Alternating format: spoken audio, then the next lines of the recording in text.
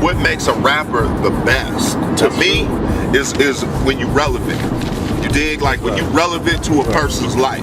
When I meet someone and they like, man, I was at my lowest point and I heard, you know, one of the songs you did and you was talking about how you was in the same place, you know what I mean?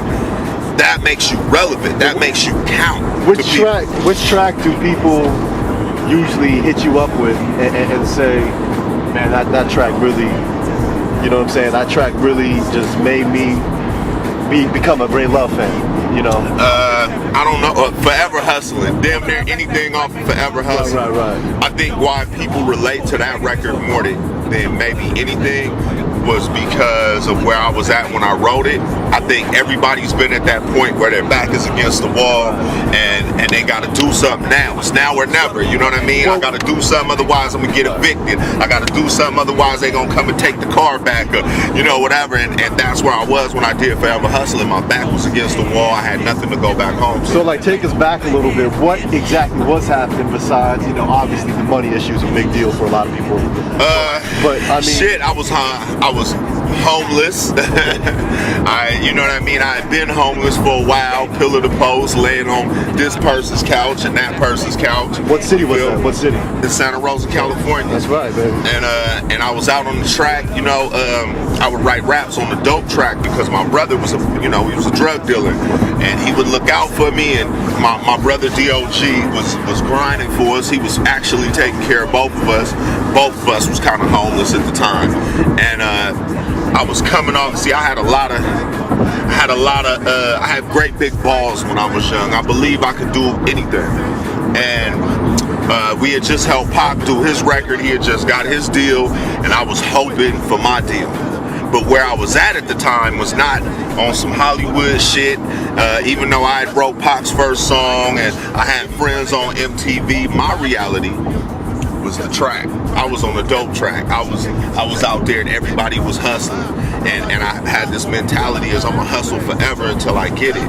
Thus Forever Hustling. Thus Forever Hustling. Now, just real fast, what was Tupac's first song that you wrote? Well, I wrote a few of them. The first one that I wrote was Rebel on the Underground.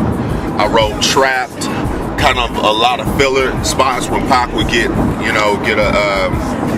a blank spot for writing or whatever. I come in there and just write in, and we got a lot of the same styles. We understood each other, you know what I mean, and we worked well together. I noticed there's a lot of folks that hit you up and they're always asking, like, what about the unreleased Tupac and Ray Luv shit?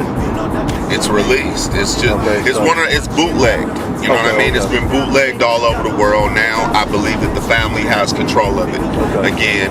So, but it's one of those things when you do a song with Tupac, it's you gotta expect it to get bootlegged. Yeah. You know what I mean? It's a pretty amazing thing. I've never seen anything like it. There was a poem called "In the Event of My Demise." Absolutely, famous classic poem. We were sitting in the house because we have a large Tupac collection of handwritten poems and stories and all that kind of stuff. And Layla, who's a good friend of mine, had this poem "In the Event of My Demise," and she thought it would be incredible. And there's always this huge outpouring of people that want to know more about Pac on the internet, or when we do seminars, we talk to the school kids, we go to the university, and everybody was like, well, give us something, let us get something from Pac, some of his poetry. And so we released "In the Event of My Demise," and 6 months later, Layla's in Africa, in the middle of Soweto somewhere. People don't even have shoes. And she's walking through the ghettos of Soweto where they don't even have shoes. Like, they want shoes, but they don't have one. And spray painted on the wall is the poem "In the Event of My Demise" with Tupac's picture.